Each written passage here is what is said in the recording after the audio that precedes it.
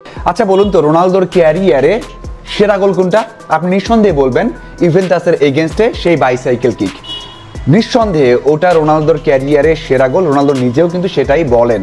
কিন্তু ওই গোল করার আগে কতবার চেষ্টা করেছে আপনি জানেন? আপনি যদি এখনই সার্চ দেন, ওই যে ওর ক্যারিয়ারের সব ভিডিও দেখেন, আপনি দেখবেন ম্যাচে ট্রাই করেছেন অনুশীলনে, তারপর দীর্ঘদিন পর বছরের পর বছর চেষ্টা করার পর এরকম একটা গোল ক্যারিয়ারে পেয়েছেন। হামজা চৌধুরী কতবার চেষ্টা করেছেন দেখেছেন কি? জাতীয় দলের হয়ে কখনোই চেষ্টা করেননি, কখনোই অনুশীলনে আমরা দেখিনি। তবে যখন প্রিমিয়ার লিগে খেলেছেন অথবা ক্লাবে খেলেছেন অবশ্যই চেষ্টা করেছেন, এই জন্যই কিন্তু গোলটা পেয়েছেন। কিন্তু আমাদের দেখা এটা তো অবিশ্বাস্য একটা গোল, স্বপ্নের একটা গোল, স্বপ্নকে সত্যি করার মতো একটা গোল। এই যে আমি গোলটা দেখেছি, বিশ্বাস করুন ভাই, আমার এখনো মনে হচ্ছে যে এটা স্বপ্ন। সত্যি মনে হচ্ছে এখনো স্বপ্ন যে বাংলাদেশের কেউ এমন গোল করতে পারেন। এবং কোনোভাবেই আপনি যখন দেখবেন, যখন বাংলাদেশের তারকারা উদযাপন করছিলেন তখন এদের মাথায় হাত ছিল এবং অনেকেই বিশ্বাস করতে পারছিল না, পুরো গ্যালারি ফেটে পড়ছিল যে কি দেখলাম।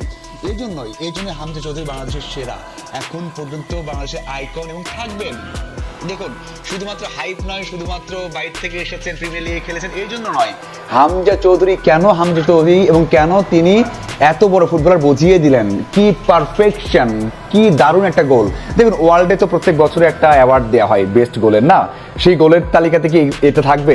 অসম্ভব নয়, থাকতেই পারে, রাখা যেতেই পারে। কারণ আমরা তো দেখেছি একেবারে স্ট্রেট নয়, সিঙ্গেল গোল কিভাবে পেয়েছেন এমনটা নয়, কিন্তু দূর থেকে বাইসাইকেল কিকে এই গোলটাকে আপনি কোনোভাবেই ছোট করতে পারবেন না। বাংলাদেশের ইতিহাসের 3টা গোল যদি থাকে, সবকিছু বিবেচনায় এই গোলটাকে রাখতে হবে। আমার দেখা, মানে আমার ক্যারিয়ার তো অনেক ছোট, মানে আমি তো দেখেছি খুবই কম ফুটবল, হয়তো 2007 সাল থেকে, তখন থেকে এখন পর্যন্ত এই গোলটা সেরা। আগে কি হয়েছে বলা কঠিন, তবে আমি নিঃসন্দেহে বলতে পারবো যে এই গোলটা বাংলাদেশের ইতিহাসের টপ 3-তে থাকবে, আমার দেখার সেরা। আপনার কি মনে হয় অবশ্যই কমেন্ট করে জানাবেন। কিন্তু শেষ করে আগে কথা বলতে চাই আরো কিছু, সেটা হচ্ছে হামজার এই গোল ছাড়াও পেনাল্টি থেকে যে গোলটা করেছে ওটাও আমার মনে হয় যে বাংলাদেশের ইতিহাসের অন্যতম হয়ে থাকবে। কারণ পানেঙ্কা গোল থেকে তো বাংলাদেশ কেউ করে না, মানে পেনাল্টি পেলে যে এমন চিপ করে বা পানেঙ্কাকে গোল করবে সেটাও কিন্তু খুব কম, সেটাই কিন্তু করেছেন। এবং এটা বাংলাদেশের ইতিহাসের আরো একটা সেরা আমি বলতেই পারি।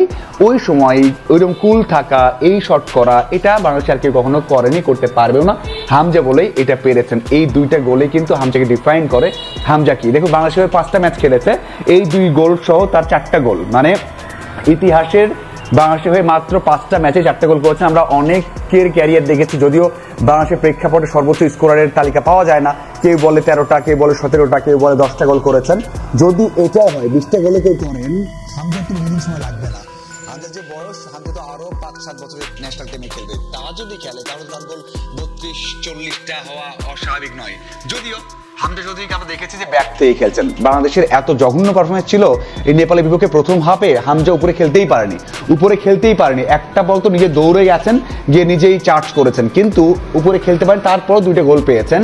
প্রত্যেকটা ম্যাচে তাই খেলেন, তারপরে গোল পান, স্কোর করেন। যদি আর একটু ফ্রি খেলতে পারতেন তাহলে তো স্কোর হয়তো আরো বেশি হতো, সামনে আরো বেশি হবে। আমার মনে হয় হামজা এই দায়িত্বটা নিতে শিখেছেন।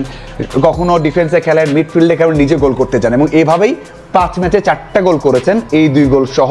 পরে আরো তো গোল করবেন নিশ্চিতভাবেই। আমার মনে হয় এই জন্যই হামজা চৌধুরী বাংলাদেশের একটা মুখ হয়ে দাঁড়িয়েছে, বাংলাদেশের আইকন হয়ে দাঁড়িয়েছে, এবং অবিশ্বাস্য গোলটা করেছে। এই গোলটা আমার মনে হয় এই গোলটা বাংলাদেশ আজীবন যতদিন বাংলাদেশ ফুটবল থাকবে, হয়তো আপনি বলে বাড়াবাড়ি করছি আমি, কিন্তু না, বাংলাদেশের প্রেক্ষাপটে এই যে এত বছরের যে ফুটবল ইতিহাস, সেখানেও তো খুব বেশি আমরা গোল বলতে পারবো না, একদম হিসাব করা গোল।